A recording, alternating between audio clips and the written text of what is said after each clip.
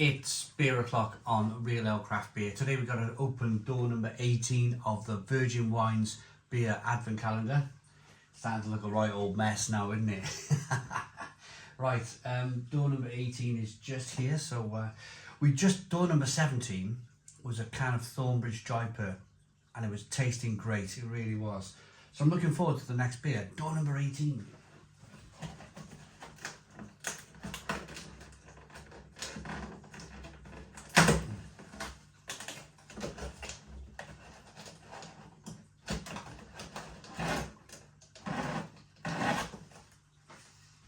Ooh, what's this?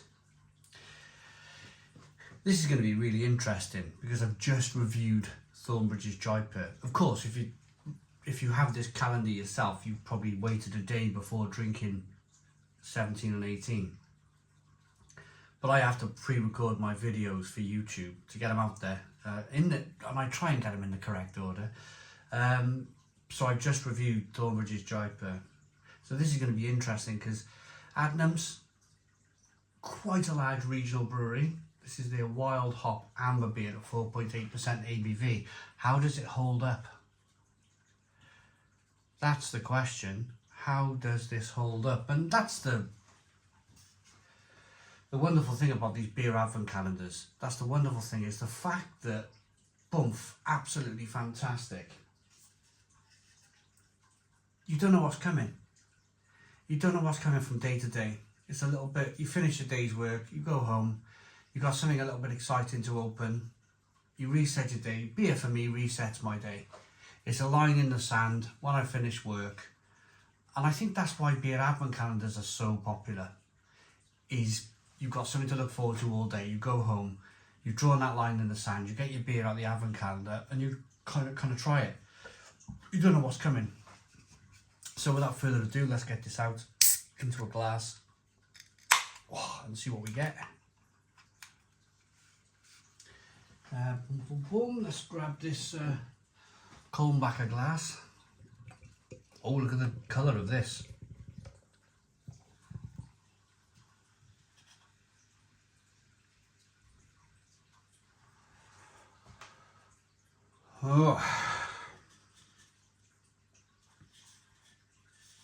Oh, they call it an amber beer. Quite deep. It's quite deep amber. That's quite a deep amber colour. That's heading towards mild. The colour of that is heading towards mild. Oh, I'm wondering if this batch, if this can is oxidised. I'm just wondering if there's a bit of oxidisation here. That's very dark. Very, very dark. They should have called this dark amber. One finger, ivory coloured head. There's enough carbonation going on, but the colour of the beer is like a mahogany coloured beer. Clear. Let's get the aroma. Ooh.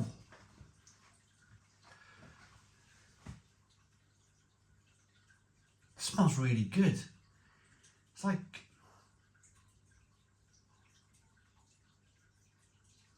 it's hoppy, but it's really kind of malty and bready and biscuity, and sweet malt aromas coming through.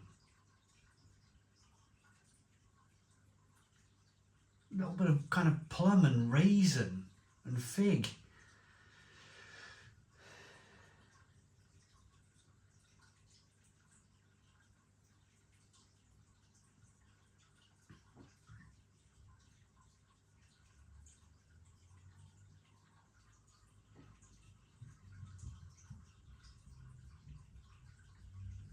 That smells really delicious. Let's dive in. Cheers, everybody.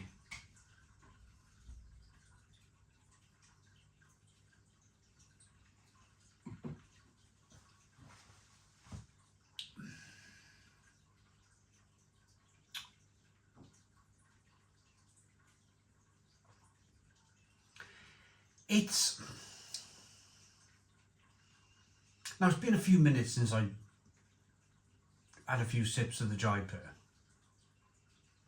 Let's let my palate adjust a little bit.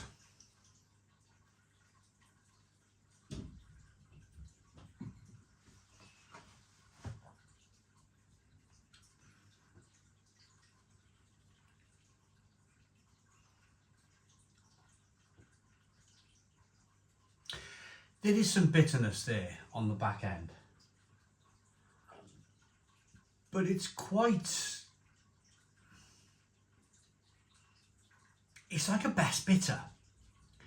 It's just like a bottle of, say, Adnams Soul Bay or something like that, just their kind of regular best bitter, biscuity, bready, slightly nutty, hoppy, bitter on the back end, nicely balanced between that kind of sweetness of the malt over here, the breadiness over the hoppiness on the back end.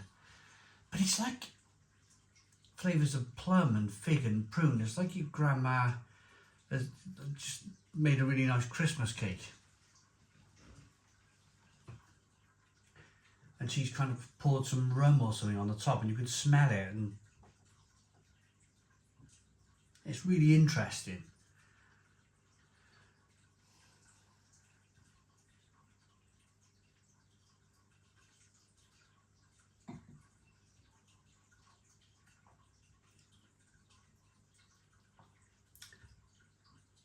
But it's quite thin. It's quite... The more I'm drinking this, the more the bitterness from the hops is coming through.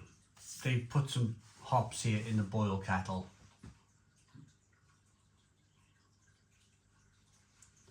And it's definitely not a harsh bitterness. It's definitely not like a kind of like a West Coast IPA style beer.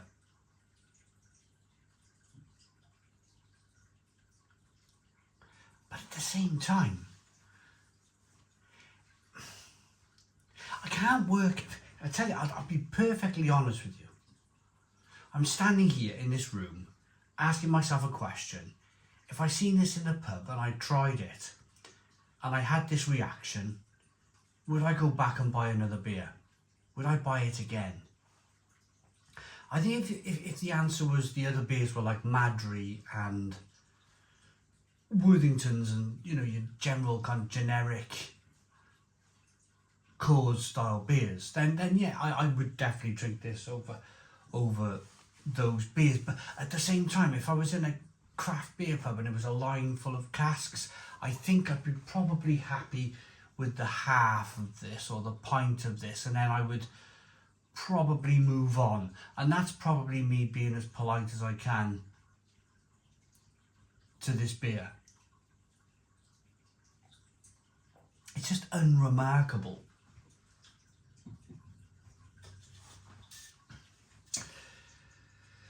What do they say about this? It's brewed with a wide variety of wonderful wild fresh hops, plus a few tamed garden ones too, all picked and delivered to the brewery by our wonderful wild hop pickers.